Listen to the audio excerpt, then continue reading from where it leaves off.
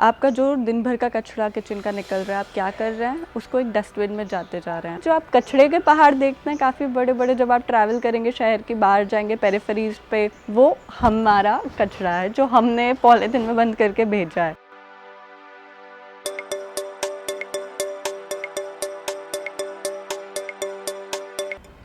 First, compost होता क्या है? हम ये शब्द बहुत बार सुन चुके हैं, कंपोस्ट कंपोस्ट, इस वेबसाइट पे काफ़ी बार है कंपोस्ट, राइट? बट वो होता क्या है? तो आपने कई बार शब्द सुना होगा खाद। खाद जो किसान हम खेती में उपयोग करते हैं, जो वो हमारे खाने को ग्रो करने के लिए यूज़ करते हैं, या खाद आप अगर गार्डनिंग करते हैं तो आप कई बार ख़रीद के लाते होंगे बाज़ार से खाद अपने प्लांट्स में डालने के लिए। तो कंपोस्ट यही खाद है। सो बहुत प्रकार के खाद होते हैं, आपने सुना होगा केचुआ खाद, गोबर खाद, पत्तियों की खाद, किचन वेस्ट की खाद। ये सब खाद काफ़ी ही न्यूट्रिटिव होती हैं क्योंकि उनमें इतना न्यूट्रिशन होता है कि हमारे पेड़ों को एक अलग सी ताकत मिल जाती है ताकि वो हेल्दी ग्रो हो। सेकंड पॉइंट, जब हमने किचन वेस्ट कंपोस्ट कहा तो ये कंपोस्ट ऐसा है, ऐसी खाद है जो आप घर पे बैठ के खुद से बना सकते हैं, बिना कुछ सामान लिए, बिना कुछ इनपुट्स मंगाए बाज़ार से।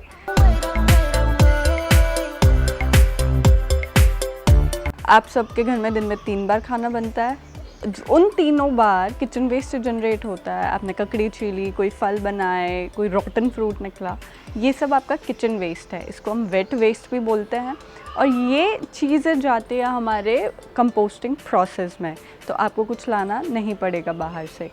इस वेस्ट को यूज़ करके हम अपने कंपोस्ट बिन्स में डाल के एक खाद तैयार करेंगे। अब ये कंपोस्टिंग प्रोसेस आपको क्यों करनी चाहिए, तो ज़रा सोचिए।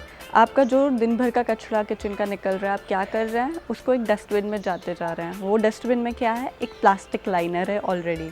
नेक्स्ट डे या जो भी आपका कलेक्टर आएगा, आप उसको वो प्लास्टिक का बैग उठा के थमा देंगे।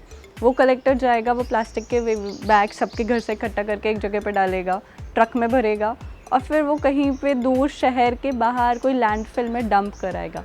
लैंडफिल से मतलब है जो आप कचरे के पहाड़ देखते हैं काफ़ी बड़े बड़े, जब आप ट्रैवल करेंगे, शहर के बाहर जाएंगे, पेरिफेरीज पे, गांव के बाहर काफ़ी बड़े बड़े कचरे के पहाड़ होते हैं, वो हमारा कचरा है जो हमने पॉलीथिन में बंद करके भेजा है।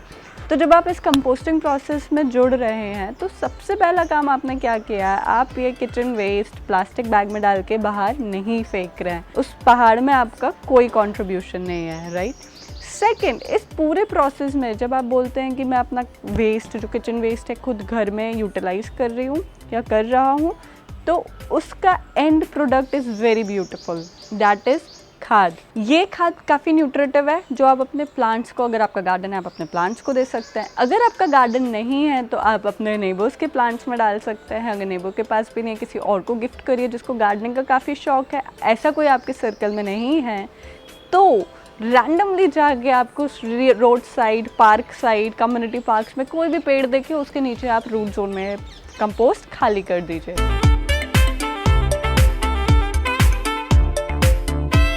क्या आपको पता है कि जैसे ह्यूमन बॉडी को प्रोटीन्स, कार्बोहाइड्रेट्स की ज़रूरत होती है, वैसे ही प्लांट्स को न्यूट्रिशन की ज़रूरत होती है जो कि उनको एनपीके के फॉर्म में मिलता है। जब भी हम बाज़ार से सब्जियां लाते हैं तो उन सब्जियों में ऑलरेडी एनपीके है क्योंकि किसान ने अपने फसल को खाद दी है, राइट? तो जब हम एक सब्जियां कंज्यूम करते हैं और उनके जो पील्स, उनके जो छिलके, वेस्ट है, तो उसमें भी एनपीके मौजूद होता है।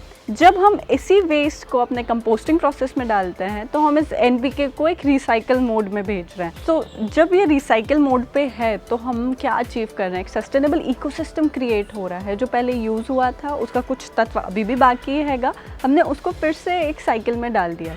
हम इसी कंपोस्ट को अपने प्लांट्स को फिर से देंगे, वो प्लांट्स इसमें से एनपीके डिराइव करेंगे, फिर वो ग्रो होंगे, हमें फ्रूट्स देंगे और हम फिर वो कंज्यूम करेंगे, फिर उसका पील जाएगा, हम फिर उसको कंपोस्ट में डालेंगे। तो आप ये देख रहे हैं कैसे एक सर्कुलर इकोनॉमी यहाँ पे फॉर्म हो रही है। तो चलो अब हम ये कंपोस्टिंग प्रोसेस शुरू करते हैं। अगर आपके कोई क्वेश्चंस है, कोई डाउट्स है, इसको लेके प्लीज़ कमेंट करिए या कॉन्टैक्ट करिए।